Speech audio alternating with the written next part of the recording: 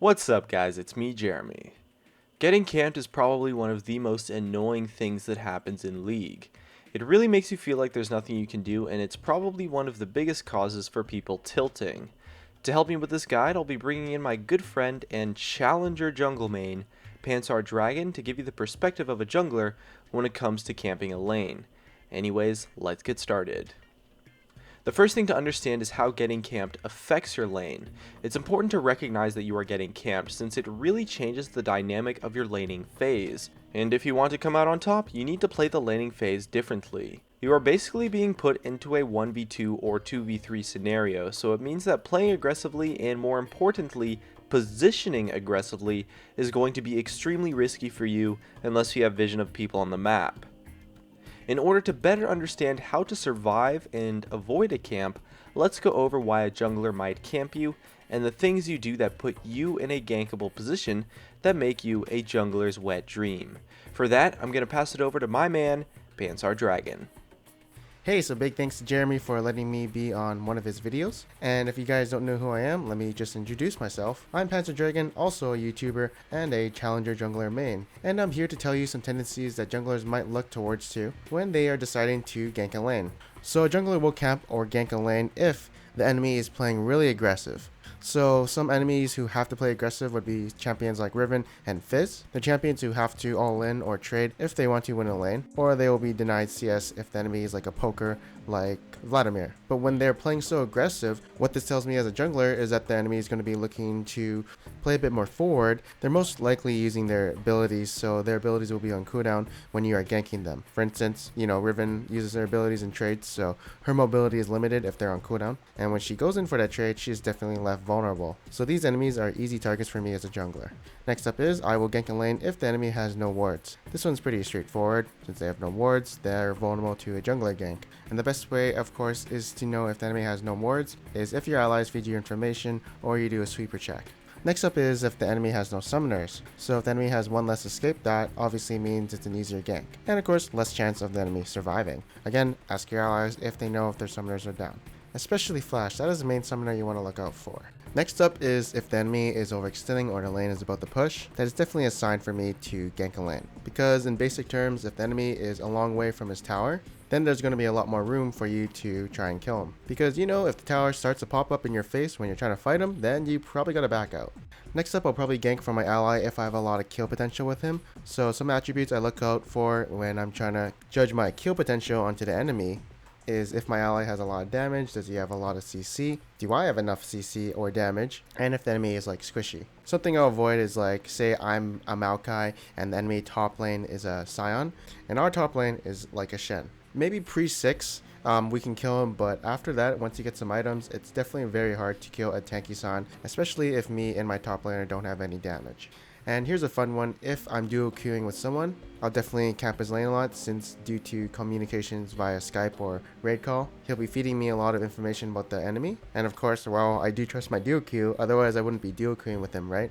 So a lot of emphasis on putting pressure onto my duo queue's lane.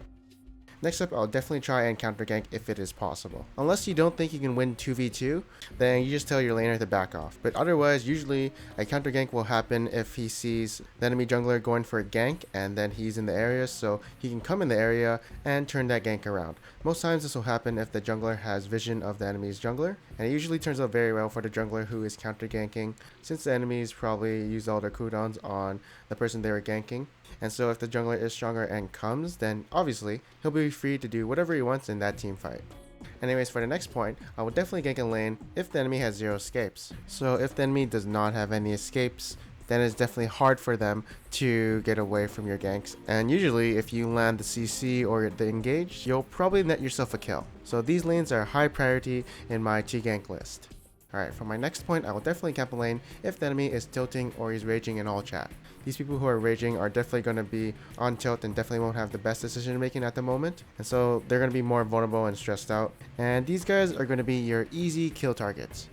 And for my next point, I will definitely emphasize on ganking a lot of lanes if I'm an early game pressure jungler like Gragas, Lee Sin, Evelynn, and definitely have my eyes on the minimap to look out for these ganks. Someone like Shyvana or Warwick Pre-6 will probably not try to find ganks and concentrate more on farming. Alright, so we're done with jungler tendencies to ganking a lane, but how about we go over some tendencies where a jungler will avoid ganking a lane? So I'll definitely avoid a lane if the enemy is too tanky and we have no damage to kill him. Remember that point where I said we're both tanks and we're trying to kill San? That is basically going to be this point right here. Next point, I'll definitely avoid a gank if the enemy is 3-0 against our laner. So unless you got some kills on you as a jungler, you're probably not going to want to touch this lane, as if you do get counter ganked, you're going to be setting yourself behind, or there's a possibility of you and your laner getting 2v1'd. Plus it's probably better for you to concentrate on other lanes and make them win. Next up is if the enemy is pushed in, that's going to be a hard gank to pull off, and I'll shy away from these type of ganks. There are situations where I will go for a dive onto the enemy, or I will do a lane gank, but most of these situations, it's going to take a lot of patience and time. For my next point, if the enemy is 0-3, I'm pretty sure my ally can take care of this lane, and he doesn't need my help anymore. So I'm going to try and concentrate on other lanes and help them. And for our last point, a jungler will avoid ganking lane if he is a farm jungler. So this isn't totally true. We know junglers like Master Yi, Shyvana, Pre-6 Warwick, and I guess Pre-6 Akali, but most of the time they'll probably be farming their jungle and not concentrating on ganks too much. Anyways, that is it for jungler tendencies. I hope you guys liked getting in the mind of a jungler, and we're going to be going over back to Jeremy. Thanks a lot for the help.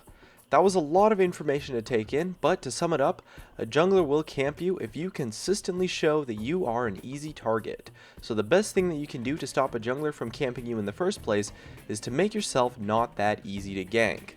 The opponents are going to try to take advantage of you when they start getting kills on you, so keeping your cool and not tilting is going to be really important.